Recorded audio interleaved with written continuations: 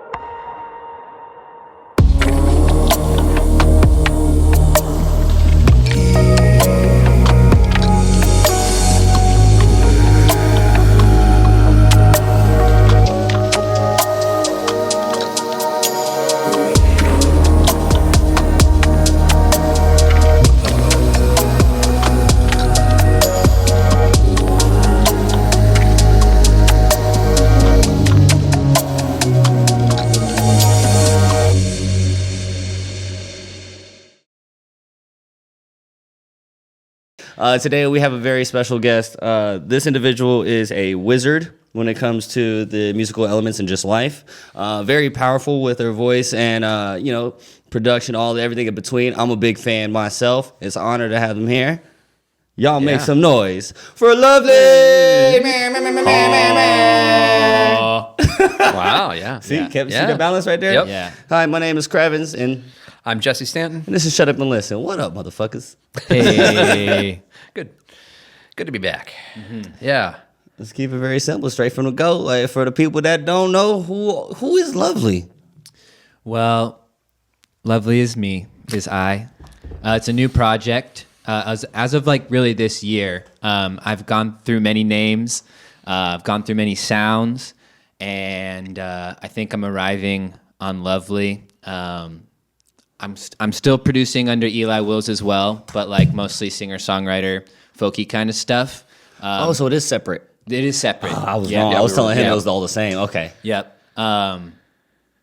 Mostly because like, you know, it would be interesting to release electronic music under a folk project. So like I was like trying to at least separate those two things. But Yeah. basically most stuff is going to be released under Lovely now too. But then sometimes I'll pick up my acoustic guitar And that's gonna be like the write a singer-song- song and yeah. that'll just be like Eli Wills. Yeah. Because I love both things. So I guess let's just dive into this. This is Yeah, one thing I wanted to absolutely. ask. Yeah. First, some name changes. Yeah. Because I've seen a lot of people go through name changes. How do you feel about that?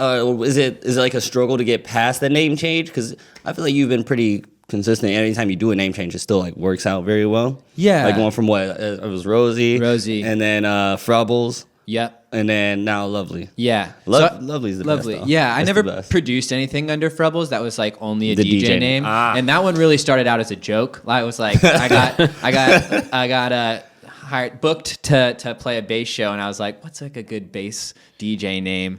And my friend came up with that one. I was like, that's perfect. Yeah. And yeah, so that was never really meant to like stick around, but it did.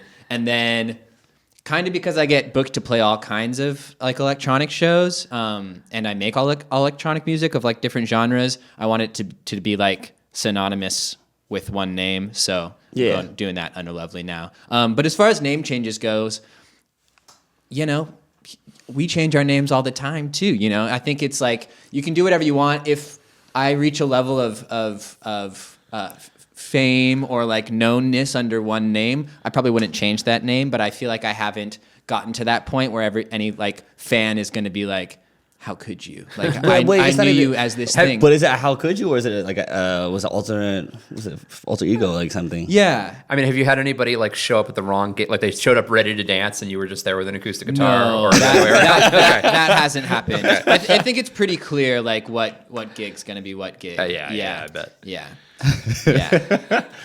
But I think It's a too, funny like, image though. yeah, I think of like Chet Faker. Do you know Chet Yeah. Faker? Like he went back to his original name, and then he was like, oh, like people still think of me as Chet Faker, so I'm just gonna stick with that too. So I think Yeah. it's like do whatever you want, you know, Live your life. live your life. Mm-hmm. Yeah. 'Cause, you know, I've been thinking about changing Chrvns because no one ever spells it right. Or pronounces it right. Yeah. Yeah. Chrvns. And once you know how, like that it's just short for Yeah. Christopher it's like, oh yeah, obviously. But like Yeah. the first time you see it, you're like, what? Yeah. I get I Chrvns, have played a crevice. couple Lovely shows now, and I've definitely gotten loveli or like loveli. But that's genius though, because know. it's love my nigga Eli. What do you mean? I love you. I feel like we should back up and just start with like how you got started in music. Like what were you Boom. doing at first? How did you end up on all these different paths at the same time? Yeah.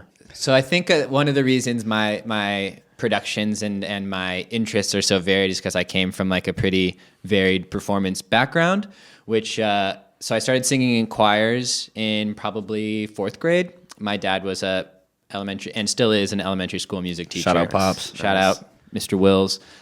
Shout out all the music teachers. Shout out all Yeah. music Where would we do teachers. without 'em? Keep it going. For real.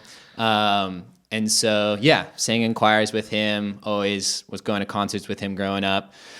And then I grew up in the church too, so I like started doing like worship music. Is that up here? No, this was like down in like Kent, Renton area. I just Yeah. never heard. I mean, like I know like church is a thing up here too, but I'm from the south, and I know like everybody do church. Right. I don't really hear like the church upbringing like in the Northwest that much. Yeah. Oh, it sure happens. Yeah. Does Oh, yeah. happen? yeah.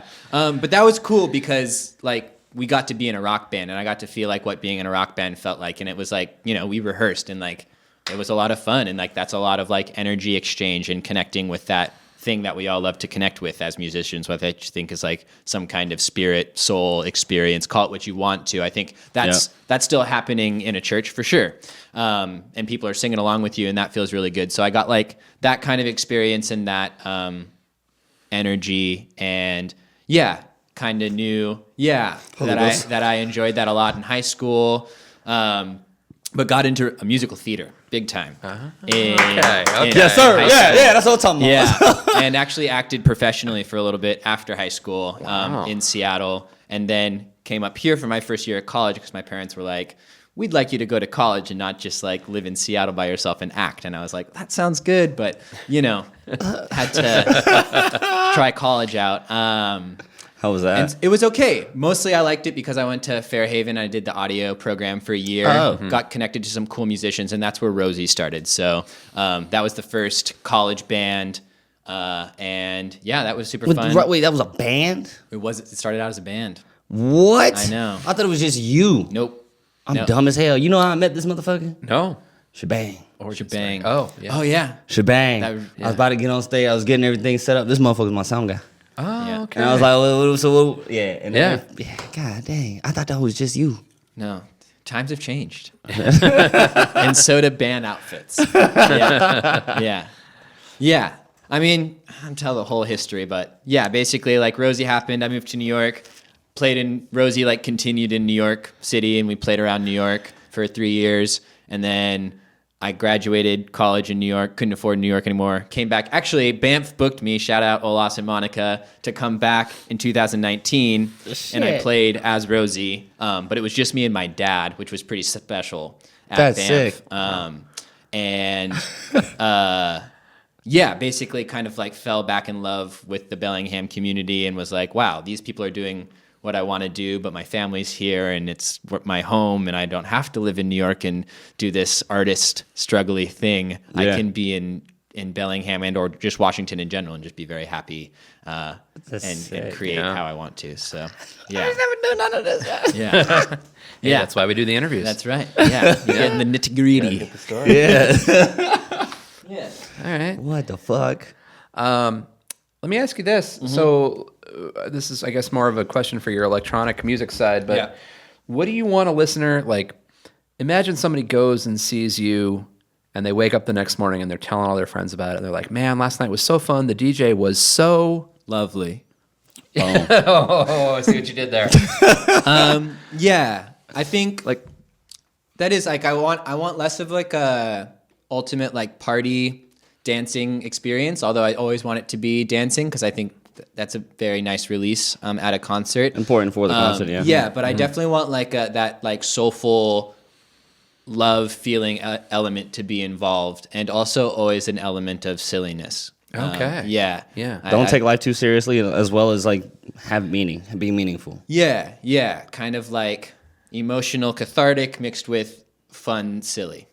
Boom. Yeah. I love that. Great. Yeah. That's really the wave, though.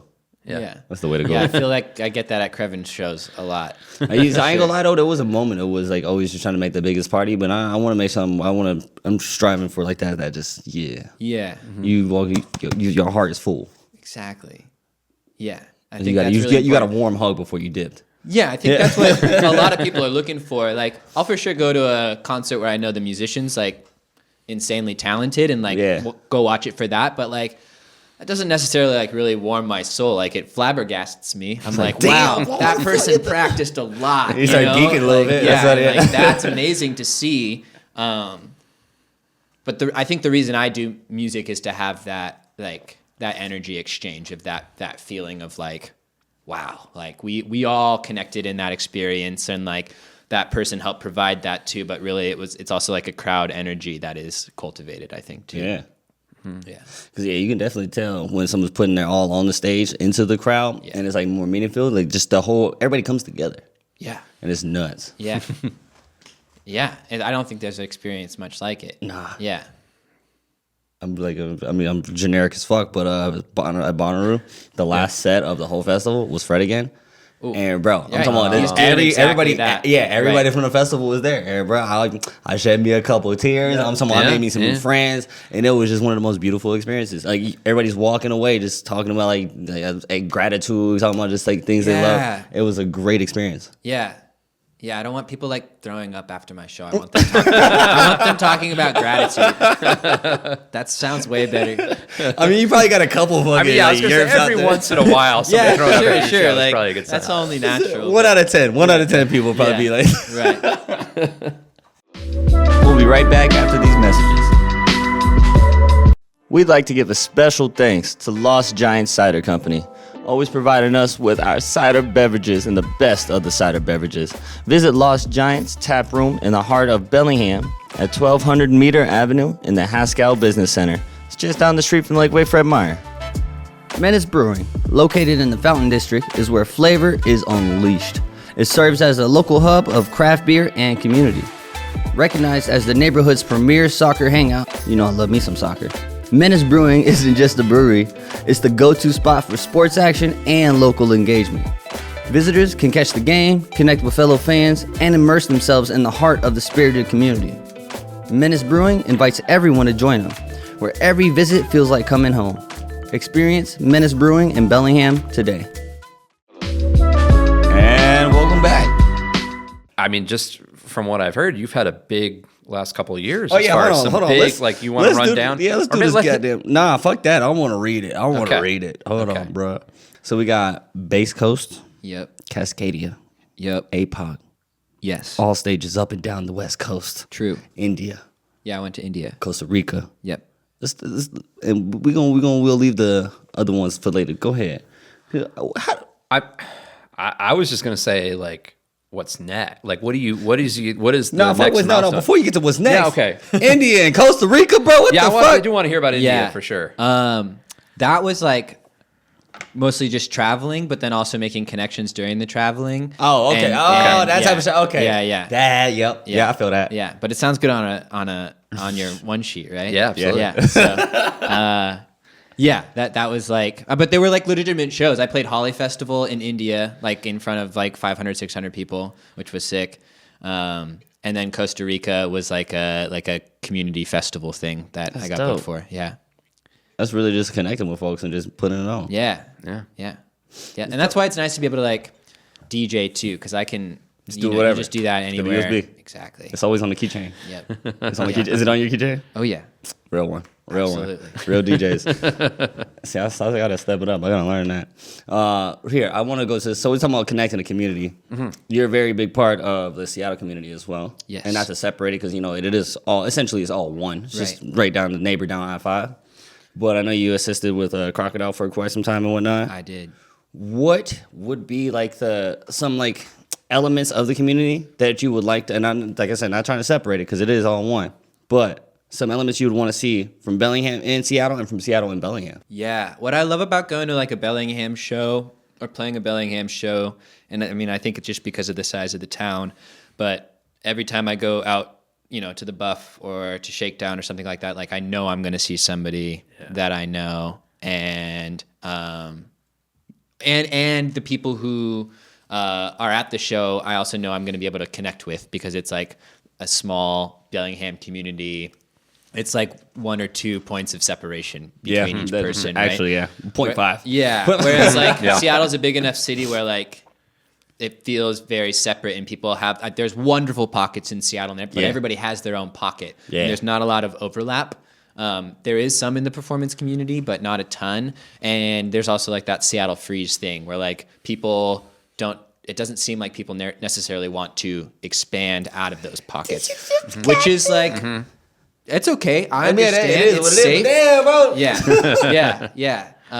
So I think like getting a little bit more of that good old small, I guess Bellingham is a city, small city feel in there. But really just like, that small town feel is what you say what's up to everybody, anybody, and it's always just, And even like strangers, like knowing you can approach a stranger and just like have a conversation and relate on like I feel like you can do that a lot of places. I think, I ain't gonna lie, I mean, personally, I just feel like Seattle, sometimes it's a little challenging with that. Yeah. That's true. I was up Juneau. It's a small town, but I was an outsider, so I'm up in Juneau. I go outside and have my vape, and I'm talking like 10 people. But Juneau's like small enough, and they also have that small town energy where like that's the norm, right? And like, somebody new comes in, you're excited to see that person. But it's sad, the accepting of somebody new. Yeah, I guess you're right. Yeah, that's not a good example. I want to shout out Cat's Bar in Mount Vernon. I went there for the first time. Yeah, I've heard good things. Like a couple Fridays ago. It's the most amazing like. I was just like sitting outside with friends. Everybody walked through the door like, "Hey, so good to see you," and like everybody inside just chatting it up. Like it was just such a beautiful time. And I think that is like the vision of a show, and also just like a venue and community that I'd like to see spread out. You know, check that out. Because even like the Buff can be like really loud, and there's not. Yeah. So, but there's spaces and places. And faces. Now that we've covered all the things you've done, like what's coming up? Like what are your goals? What are you working toward? Yeah. It seems like you're going on you almost have to be going on different tracks with the electronic and the folk little stuff, bit. right? So Yeah. like, what's the Simultaneously. I think I used to feel kind of like a pressure in the folk realm to like, oh, like I gotta sit down and like write a song. And now it's a lot easier to do that with electronic music because there's just like this vast world of Ableton and there's so much going on and like so many opportunities for collaboration with me where I find that to be a lot easier where I can just like sit down on my computer and like find a sound that I just really like and just like go off of that. Whereas like now I'm kind of just writing folk songs when they come or like there's enough build up inside of me of being like, wow, I really gotta that's a fucking fact right there though. Yeah. Because like when it comes to like writing songs, I feel like just trying to force them. I mean, yeah, this is a good writing exercise, right? Me and Noel were talking about this recently. Trying to write songs like back to back to back, you can do that. I mean, 100% is good exercise, but sometimes you just gotta let it flow out. Totally. Once you let it flow out, that's when the best, the best feeling thing will come through. Yeah, and anything I've ever forced, I don't put that out. You know? So it's like I'm like that's like, what is that? That's a forced song. So I mean, I think that's a really good just a boundary like for myself. Some people can, amazing writers, and they sit down and something beautiful comes out every time. I just know that's I gotta wait until the moment strikes for that more like intimate folk song. Whereas with the electronic music, I can like have a practice of sitting down almost every day and like finding a sound or like developing a sound and just going with that. So yeah. For the folks that don't know, Let Love EP is out right now. Oh yeah. On SoundCloud. Yeah, that's and Bandcamp? Bandcamp, yeah. And it'll be on streaming services soon. What was the reason for that? Yeah. So I heard when your friends in college make a distribution service, don't use it. Use the ones that everybody else used because eventually $80, baby. Eventually your friends in college are going to be like, wow, that's a lot of work, and we have other interests, and this isn't making us that much money. We're going to shut it down. So then any song you've ever put out, you're going to have to take down off the streaming services and re-upload them. Yeah. And then when you try to like upload something to SoundCloud distribution with a new name, they're going to be like, lovely doesn't exist. Prove to us that you're lovely. And it's a whole process of like that's trying tough. to prove that you are this person. And so it's happening eventually, slowly but surely. In fact, like just this last weekend, I got the approval. So they'll be on streaming services. Hey, let's go! Yeah, woohoo. Fuck yeah. But yeah, it's a cool EP. I think it like kind of covers the new lovely sound. And I will say, was it don't like when you don't make me you? Yeah, that one. That shit is so fucking chaotic frenzy, but it's so beautiful at the same time. Let Love, the actual title track. More powerful, powerful as fuck. It's a perfect, all the way through and through. And then what's the one with the homie that does put a bunch of words on there? It's James Baldwin. Yeah, James. I sampled James Baldwin, and I sampled a guy named Hasif Jafar, I think. So there's one about like it's a Free Palestine quote, and the other one is a James Baldwin. I'm forgetting what he says at this exact moment. It's also you. Like anybody also you see, anybody you see on the street is also you. Yeah. That shit is so powerful, and it's very warming. Yeah. So listen to that project, like having like those like crazy moments, and having those like just sitting here and like just feel it. Yeah. It was very well put together. I want to give you flowers for that. Thank you. Nice. Yeah. Yeah. Go check it out. Let Love EP streaming everywhere soon. 2025. Yeah. We'll be right back after these messages. Hey music lovers, want to be part of something bigger than just another music app? Check out SubJam. It's more than just streaming, it's a movement. Founded on the spirit of DIY and grassroots energy, SubJam is here to support music communities, promote free and open content, and help artists fill venues. You remember the episode where Jordan from SubJam came by and we went through the app? You gotta check it out ASAP. They're looking for passionate people like you to beta test their new iOS app and help shape the future of music. Join them by visiting subj.am/beta today. Let's make some noise together. Binary Recording Studio is a versatile space designed to cater to all music genres. And when I say all, I mean all. If you're into jazz, rock, hip-hop, or anything in between, Binary is equipped to bring your music to life. With the expert engineering and the best setup, my boy Bob, he can capture the essence of whatever you are wanting to create and bring it just to reality. From there, book your session today, unleash your creativity at Binary Recording Studio. But for real, my boy Bob, he will not disappoint. And welcome back. Let's talk about putting a mix together. Like when you do like an hour-long mix. How does we never? does That's that a question happen? we never fucking asked. That's a good Because question. I just found out we were interviewed on the way, a couple hours ago, and I was listening to one of your mixes on the way over and just kind of wondering, like, what is the process there? Like, does it start with a couple things that you want to make sure to include and trying to bridge it, or is it? Yeah. So it's for me, it's very gig dependent. A lot of DJs have a very specific sound, right? They're a house DJ, they're a bass DJ, they're a fill in the blank DJ. They have like their songs they've produced, and they're trying to like cultivate Around that. a very specific vision, which I think is very good, and I will probably get to someday. But currently, and what I really enjoy doing is making very show specific sets.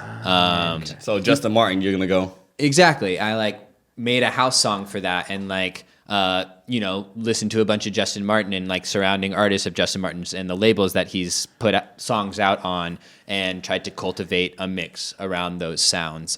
But I think every mix I ever do is like an arc, as I think any live set maybe it would makes be, a story. right? You're not going to just like start off with like bangers right away, unless you're that kind of DJ. It's a hook. But for me, no, there's always like. Yeah, I mean, the one I listened to started with it was a long stretch of synth and piano and a little bit of vocal, and like before it really got to like the real Dramatic effect. So dramatic effect is important for me, and I think I make a mix the way I would want to experience a mix too. I want ebbs and flows. I want a journey. I just don't want like I want that 5-minute break the entire time. So Who do you think of as like inspirations? Biggest influences, either on the folk side or the electronic side, or Ooh, hold on. Who's your top five? I think Justin Vernon, like Bon Iver. Okay. On the DJ side of things, there's like a collective out of Denver called Allo Collective, and they're kind of doing the down-tempo bass, hip-hop, fusion kind of stuff that I want to do. So they're like big inspiration right now on like the electronic side of things.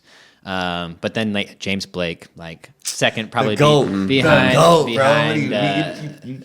Justin. Not. And then on like the silly side of things, like Reggie Watts, honestly. Oh man. He's just like how about musician last month, host. Yep. Yeah. Meryl Garbus from Tune Yards, if you guys know Tune Yards. Yeah, I can see that. Yeah. You naming my fucking favorites. And then like Adrian Lanker, Big Thief. Okay. That's like the best the only one I missed. current songwriter, I think. I'll share some music. All right, with you. bet. Yeah. Yep. But on the folk side of things, like I showed you last time you were over, like me and Roger starting that studio. Yeah, I showed them the video of you guys building it today. Yeah. I like the burgers when they have the square edges. So I think that's gonna kind of like retie, and it's gonna be another new project. But until something like really hits and sticks, like it's all good. I don't think there's anything. It's all creative energy. There's no mission. There's just make it. Just make stuff and just enjoy it. Yeah. Enjoying the process. Exactly. And when there are no rules. Like we're told there's rules, right? And we're told that there's like, oh yeah, you got to stick to a lane, and you got to be this thing, and you got to like, you got to promote. Fuck that. At least I've been told those things, but I think that like, right, yeah. I think when an opportunity comes up, or like a new thing you feel like is worth investing your time in and your energy in, like do it. Like don't shut that down just because you're doing this other thing. I think it's all worthy, and you'll probably even learn something, even if you come back, which is I think what's happening with Roger and I now is like me kind of coming back to that like band feeling, or like collaborative live music feeling, which I'm stoked about because it's been a lot of solo production time. I'm excited. If you need any resources, I got a whole band. We can work with you as well and make some shit happen. Yeah. Hey boys, tap in. Make the call. Y'all there? Guaranteed we got you. All right. I'll be there. Cool. I know you. I'm excited to set my shit up in there, bro.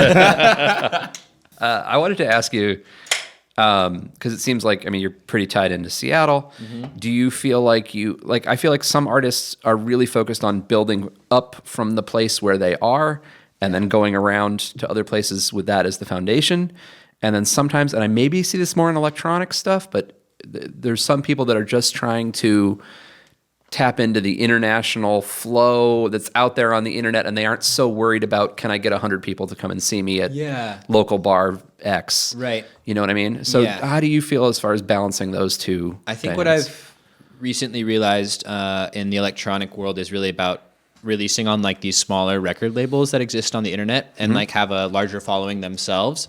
And so like, and then that's kind of how you tap into the more international scene, I would say, because then those record labels are followed by larger record labels or just larger, you know, populations of international people, which I guess is the same in like rock and indie and live music. But I think with live music, it's more about like touring, whereas like there are DJs who tour, but I think there's more DJs who are like releasing on labels, and that's how they're getting their name out. So and then eventually it just goes to the next step. Yeah. So because some other DJ can hear something you produced Exactly. and put it in their mix, exactly, and you get exposed to more ears that way than you ever would kind of grinding it out on tour. Which I think was really good. Like, I mean, COVID sucked, but the whole like Twitch thing that happened where there was like DJs streaming all the time. Like there was just like DJs, so much like music being shared that way because you know they would like be like, oh, this is like so and so's track, like check them out. And I think that was there's not as much streaming going on now, obviously, but you know DJs aren't shouting out songs every song. That's what I was gonna say. You know? There's the shout out and they give them the props every time. Radio DJs are still, which is dope most of the time, but you know. I saw the real cool thing. It was like I think it was an app or a Twitter feed where like every song the DJ played, like they hooked up their CDJs or whatever they were playing to like send the music into the app, which would then let like the audience read what song was playing on their app, which I thought was really cool because there is definitely like a lot of gatekeeping that happens in the electronic world that way. Which is sort of a bummer, I think, for sure. But yeah, to answer your question, I think releasing on labels versus building a local show community. Or do you find you're doing more as far as the folk side of things is going to be more about the local community and playing shows around here and trying to I think that's like the winter goal. Okay. I don't have any like DJ shows booked after this month, so yeah, it's going to be like refocusing on the folk stuff and playing more open mics and hopefully getting booked for some more live shows as me and Roger make more music together. And I can also play out of my catalog of folky stuff. So How deep is that catalog? Deep. It's pretty deep. So I released a live album with the Rosie band in New York.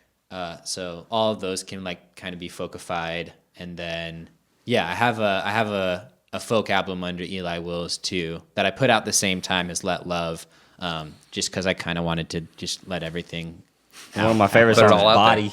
Yeah, that's not exact. That's an electronic song though. I don't give a fuck. It's more ambient, like funny. It's like it's like it's in his own pocket. Yeah, it's a blend. Right, but that's like I've tried to like do a live solo electronic stuff, which like. Definitely works, but it's not really the same intimacy as just like the guitar. I just remember this because you said that. This motherfucker, bro. Fucking Blue Room. I know you did it multiple other times. Yeah. Had a DDR board on his feet, like triggering sound, right? Yeah. Triggering sounds while playing guitar, while having crazy. Yeah. Shout out. I forgot about that shit. Cool. Daphne Naftali, college professor, experimental music class. That was figured out how to do all that. Figured out how to use Max MSP a little bit. That was code some stuff. That sounds pretty cool. I wish I hope you do it again, just so other people can see this after like this like airs. Yeah, because I was fucking mind boggled. Yeah, the one I was like, no fucking way. Yeah, it was like it would be cool to like have a whole show that focuses on that, not try to really blend it, but just like don't blend sample it, off the DDR pad and put some other game controllers. Maybe have maybe one or two other people like to have other parts if you need it to kind of like elevate to like a certain part, like you know what I'm saying. If you're like, okay, I can't get this one, boom, blam. It's very kitschy. Yeah. It's very I love it. Very silly. Yeah. I'm here for it. But I want to say thank you everybody for tuning in. Yeah. Thank you for being here. Absolutely. Shout out to Jesse. Yeah, Jesse. Hey, love you guys. Yeah. Stay hydrated, stay moisturized. This is Shut Up and Listen. This is our episode with Lovely and Jesse Stan. Yeah. Man. Stay beautiful out there. Yes.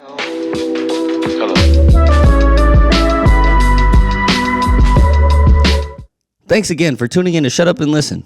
For more captivating content, including videos, articles, and everything music related, visit our website at shutupbham.com. Don't forget to hit the subscribe button wherever you get your podcasts and join the conversation by following us at Shut Up and Listen Bham on Instagram, YouTube, Facebook, and Twitter. Shut Up and Listen is proudly produced by Rocket Soul and Binary Recording Studio. Stay tuned for more fantastic episodes.